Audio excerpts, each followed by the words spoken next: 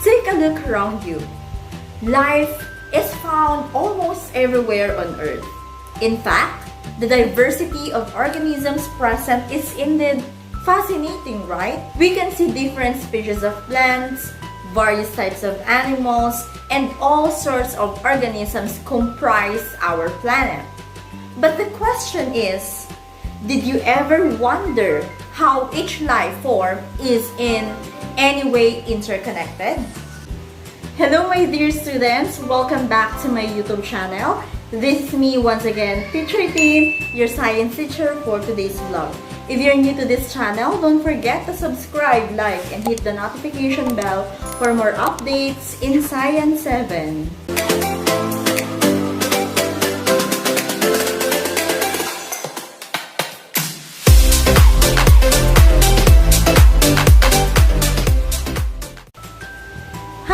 So, welcome to Quarter 2, Week 3 of Module 3 in your Science 7. And for today's topic, we are going to discuss about levels of biological organization. So, this lesson will help you to understand and describe the different levels of biological organization from cell to biosphere. So, to study the biological level of organization, we need to start with the simplest building blocks of life. And what is that? Okay, and that is cell. So, ano nga ba pag sinabi nating cell? So, simula elementary, naririnig nyo na kung ano ba yung cell. So, when we say cell, this is the smallest independently functioning unit of living organism. Alam nyo yan, di ba? Na yan ang pinaka maliit na unit ng ating living organism. So, yung cell, nag-regulate yan ng ating internal environment. And anong nangyayari dyan? So, nag-take in at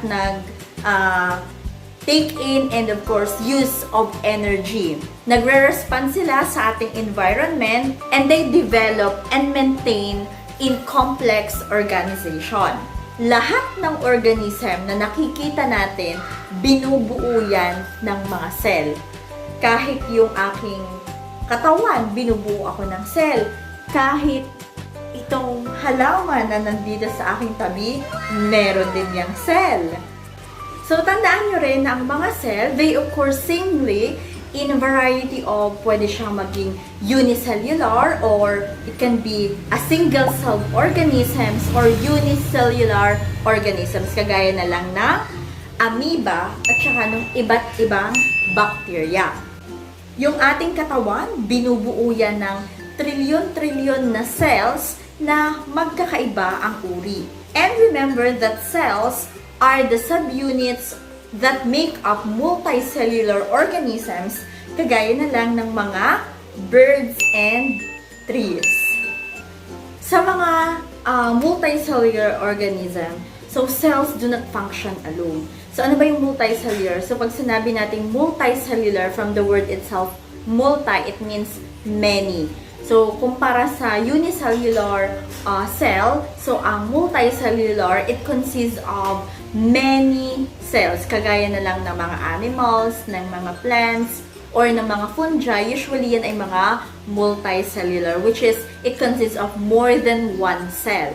So, pag sinabi naman natin na unicellular organisms, of course, it is the single-celled organism. So, ibig sabihin, single cell lang yan. So, ano ba yung examples sa mga unicellular organism? Kagaya na lang ng bacteria o kaya ng archaea. Pag sinabi natin unicellular organism, so, usually ito ay nag-fall into two general categories. The first one is the prokaryotic organisms and the other one is the eukaryotic organism. We have 10 levels of biological organization. So, what are those? So, una, ayan yung cell, then tissue. We also have the organ system, the organism, the population, and we also have community, ecosystem, biome, and the biosphere. Okay, so just like what we've said a while ago, so when we say cell, which is the first level of biological organization, cell is known to be the building block of life. Now, what is tissue? Okay, so when we say tissue, so di ba sabi natin cells, So these are similar in structure and functions as usually linked together. So pag nagsama-sama itong mga cells na to, ang na-form naman natin is yung pangalawang level of organization, which is the tissue. So ano naman yung tissue? Pag sinabi nating tissue, these are the second level of biological organization. So for example, yung cells sa ating mga katawan, sa ating mga buto, ay nagpo-form ng bone tissues. And then, meron itong strong, solid tissue na nagbibigay sa atin ng shape. Yan, kaya kung bakit may shape yung katawan natin. And of course, hindi lang sa shape, kundi ito yung nagbibigay ng support. So, yung mga blood cell natin sa ating katawan, so they are part of the blood tissue. Okay? Again, the blood cells in our body are part of the blood tissue. And pag sinabi nating blood tissue, this is the fluid tissue which is responsible to transport food and oxygen throughout our body. So, yun yung ginagawa ng tissue. And of course, pag sinabi rin nating tissue, okay, so, when similar cells aggregate, or yan na nga, nagsama-sama, yeah, tissue ang maho-form. Okay, so kanina, sabi natin, kapag pinagsama-sama natin tong mga cells na to, ang na-form natin ay tinatawag nating tissue. E paano naman kapag yung tissue nagsama-sama sila? Ano ang maho-form? Yan! Maho-form natin yung third level of biological organization, which is the organ. Okay, ano ba yung organ? Ayan, ano to? Heart. Ano to? Lungs. So, ano pa to? Kidney. What else? So, andyan ang ating pancreas. So, those are different organs.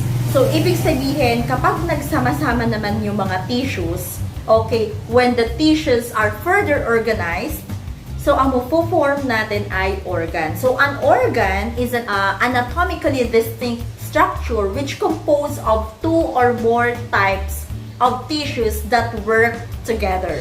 Okay, so, yan na nga, sabi ko nga sa inyo, yung puso natin, yes. So, for example, that is an organ that is made up of muscle tissues and nerve tissues. Okay, so, maaari na familiar din kayo sa iba't ibang tawag pa or iba't ibang pangalan pa ng mga organ sa loob ng ating katawan, kagaya na lang ng ating brain, yes. And of course, the stomach, the kidneys, and the skin. So, those are examples of organ. Okay, so i-recall nga natin, first level, we have the cell. Second level, we have the tissue. And when this tissue form, we have the organ. Now, what if these organs ay nag-collaborate? Yan, nagkampi-kampi at nagsama-sama ang mga organ. What do you think is the fourth level of biological organization? Yes, we have the fourth level, it's the organ system. Okay, so similar sa cells and tissues, organs rarely work by itself. Of course, may kanya-kanyang trabaho yan. So organs, in a way, collaborate with the other organs. Okay, yung puso, yung ating mga brain, yan. Diba? Lagi magkakadugtong yung mga yan. And they perform a specific function. Okay? So these organs form an organ system. So again, pag nagsama-sama ang mga organ, nakakabuo naman tayo ng fourth level, which is the organ system.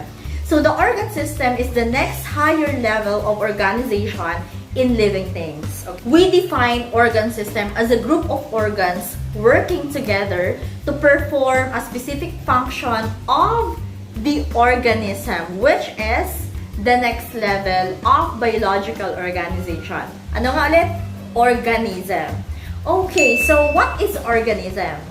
Okay, the best example is you yourself. You are the best example of organism. So yes, you are an organism. I am also an organism. And we are an organism. Okay, so dogs, cats, other animals around us are also organisms. Ano, mapatao, hayop, organism yan. So, even single cell, bacterium, is also an organism. So, ibig sabihin, lahat na nakikita natin sa ating paligid ay organism. mapatao, hayop, o yung mga bacteria. They are all organism. Okay, so when we say organism, ano ba ang meaning ng organism? Organism is an individual living thing that may be made up of one or more organ system that carries out all of the basic life functions. So, pag nagsama-sama lahat ng organism, lahat ng organ system sa ating katawan, nag-function yan ng sabay-sabay at nag-perform sila ng magkakasama, nakakabuo na tayo ng isang organism. Okay? Okay, so take a look at this illustration. Yan yung nasa module nyo. O, tingnan nyo ha. Nag-start tayo sa cell. So, pag ang cell na to nagsama-sama, nakakabuo tayo ng tissue, which is the second level of biological organization. Kapag yung tissue nag-work together and they collaborate with one another, andyan ang organ. Makakabuo na tayo ng isang organ. And kapag itong organ na to nagsama-sama, nag-collaborate with one another, okay, with the other organs, makakabuo na tayo ng organ system. So let's say for example, itong si stomach, nag-collaborate siya sa intestine, nag-collaborate din siya sa ating esophagus, nag-collaborate with the anus, with the large intestine, with the pancreas. Anong mabubuo nating organ system? Okay, andyan yung ating digestive system. Kaya nga 'di ba, marami tayong mga body system. Nandyan si nervous system, si circulatory system, respiratory system, digestive system. So kapag lahat ng organ system naman nagsama-sama, ayan, andyan ka na ang iyong katawan, ang iyong body, and all. So ayan yung tinatawag nating organism. Okay? So sana naiintindihan niyo ang sinasabi ko dito. Okay, now, gusto ko na tingnan nyo naman yung illustration na to. Ano yung nakikita niyo sa picture? Okay, di ba para siyang ecosystem? Para siyang isang lugar na marami ng mga organism na nagsama-sama na yung mga organism? So, ano naman yung tawag doon? Okay, so there are also levels of biological organization bukod dito sa organism. Okay, or bukod pa sa individual organism. So, di ba, kung napapansin nyo, bawat level, kapag nagsama-sama sila, may nabubuo pa, which is the next level of biological organization. So, ang tanong ko ngayon, kapag nagsama-sama itong mga iba't ibang organism sa ibang lugar, sa isang lugar, let's say, for example, kayo, mga estudyante kayo, di ba? O, nagsama-sama kayo mga classmate mo sa isang room, 50 plus agad or 35. So, ano nang tawag sa inyo? Eh, sinama pa buong lahat-lahat ng bata sa isang school. So, ano nang tawag natin doon? Parang ito lang din yung nasa picture na yan. Okay, so, studying the illustration here, so, in order for us to give an overview of the different level of biological organization, which is beyond the individual organism. So, this organism of the same kind, so we call it species that live in the same area, which make up a population. Okay, so which is the next level of biological organization. Kaya di ba sa mga school, sama-sama lahat ng estudyante, and ang tinatanong is, ano ang population ng school ninyo? So, pag sinabing school, population ng school, ang tatatak agad sa isip natin ay puro mga estudyante. Kaya nga sa population, we call it kapag ang isang organism nagsama-sama, same kind of organism na nagsama-sama sila sa isang area, it can make up a population. Hindi lang yan sa tao, sa estudyante, sa animals, pwede rin yan sa plants. So let's say for example, meron isang area dyan na puro halaman, na puro coconut. So it's a, let's say for example, coconut plantation. So population pa rin yan kasi organisms of the same kind, so living in the same area. So that is what we call the population. Okay, so like when an individual person lives in the same location or area, they make up the human population of that area. Kagaya nga nung in-explain ko sa inyo, kagaya sa school. So if a certain species of fish, like for example, milkfish, yeah, bangus, which is locally known as bangus, so are living in the same area, so they comprise the what we call milkfish population. Okay, now, that is the next level of biological organization, which is population. Now, what if sa isang lugar nag-interact na yung magkakaibang species? So, may animals, may tao din, may iba't ibang kinds ng species. Anong tawag natin doon kapag nagsama-sama na yung iba't ibang uri ng population? Hindi lang iisang uri. So, the entire array populations that live in the same location make up the 7th level of biological organization, which is the community. Okay?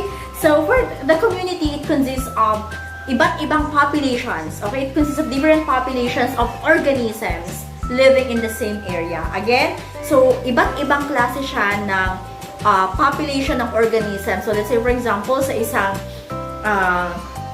lugar, ang daming puno ng mangga, ang dami ring puno ng coconut, tapos ang dami pang hayop. Meron diyang mga baboy, let's say for example, tapos meron diyang mga baka, meron pa diyang mga chickens, o di ba parang parang farm. Iba't iba ang nakikita mong species. So ang tawag nga natin doon is community. So kunwari sa Laguna Lake, ang Laguna Lake, it caters different kinds of living things like fishes. Meron diyang water plants, meron ding grasses. So that is what we call community. So lahat ng organisms na to, nagko-comprise siya ng community of living things in the lake. Okay? Now, kapag yung community naman natin nag-interact, when this community nag-interact, ibig sabihin, kumbaga, nakisalamuhan na siya with its physical environment, which includes hindi lamang yung mga living organisms, pero andyan na yung water, andyan yung sunlight, andyan yung air, andyan yung soil, yung rock, yung minerals. Ibig sabihin, yung mga living things at non-living things, nag-i-interact na sila sa isa't isa sa isang area. Abiotic and non-abiotic. So ngayon, anong tawag natin doon? So pag nagsama-sama na tong lahat na to, this brings up to the next level of organization, which is what we call the ecosystem. Okay, ecosystem na yan. Ano naman pag sinabing ecosystem? An ecosystem consists of all living things in a given area together with the non-living things. Kagaya ng sinabi ko sa inyo, hindi na lang puro living things yung nandun, kundi mga non-living things. Imagine, andyan yung mga, let's say for example, may mga alaga kang baboy, alaga kang manok, tapos may lupa, may soil, tinagalog ko lang. May tubig, may air, may sunlight. So, di ba, nag-interact sila with one another. So, ang tawag na natin dun ay ecosystem. And of course, the Laguna Lake is an example of an ecosystem. Now, meron pa tayong natitirang dalawa. Okay, so, a group of similar ecosystems with the same type of physical environment, ang tawag naman natin doon ay biome. Again, biome is a group of similar ecosystems with the same type of physical environment. Okay. So, kumbaga, lumawak na. Lumawak na yung area natin. Kumbaga, pinagsama-sama na siyang ecosystem. Kung mapapansin niyo yung bawat levels ng organization, tuwing nagsama-sama-sama yung bawat level, may nabubuo na mas higher level of organization. So again, dito nga, kapag nagsama-sama naman yung mga iba't ibang klase ng ecosystem, ang tawag na doon ay biome. E paano naman kapag ang dami ng biome, nagsama-sama yung mga maraming biome, anong tawag doon? Okay, that's the highest level of organization, which is the Biosphere. Okay, so Biosphere, what does it mean? When we say Biosphere, so it's part of the planet. Okay, it's part of the planet where all life exists, including all of the environment on Earth that support life. So, lahat na nakikita natin sa buong daigdig, sa isang planeta natin, the planet Earth.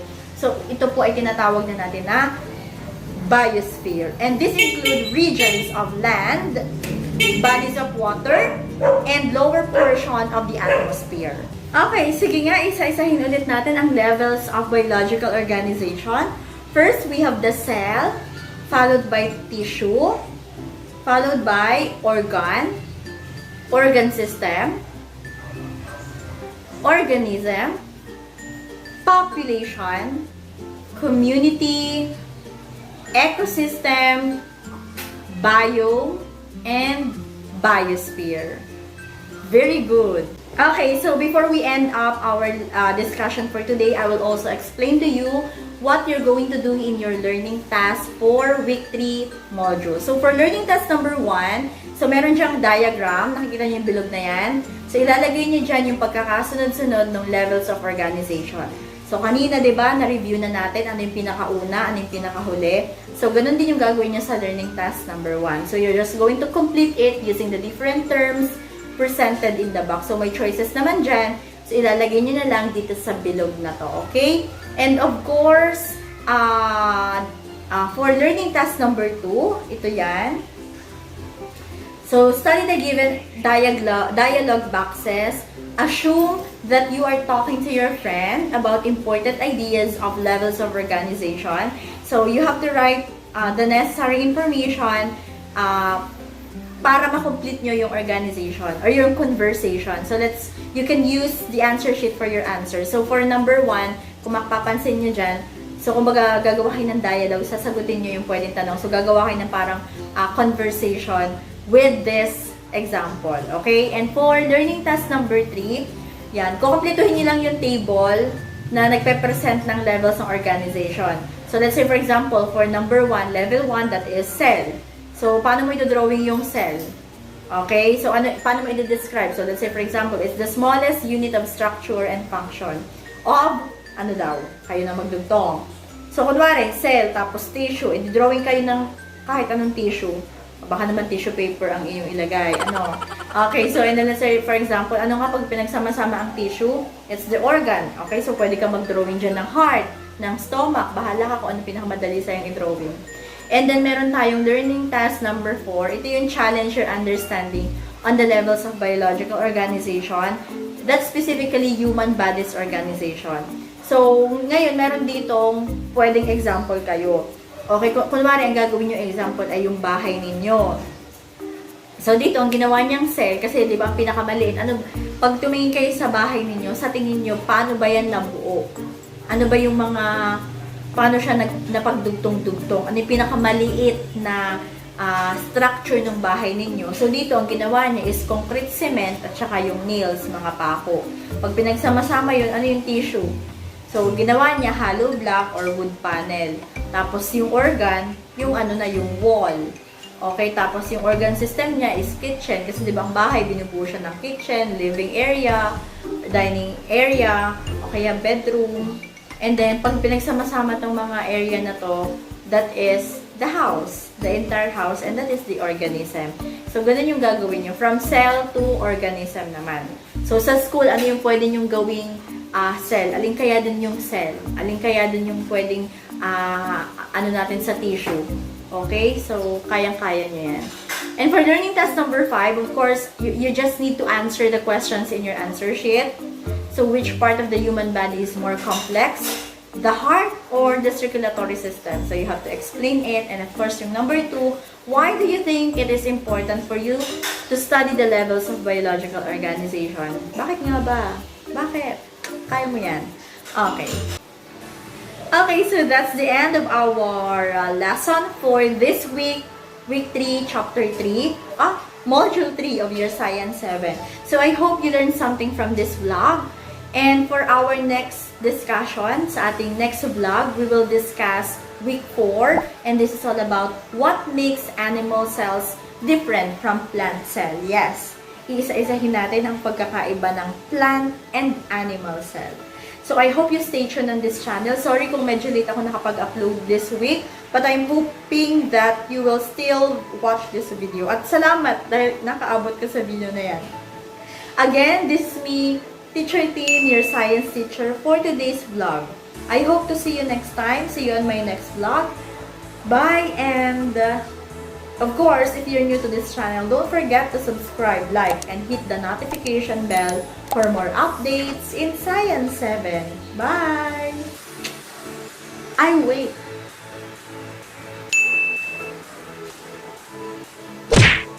Aba, nag-subscribe ka na baga?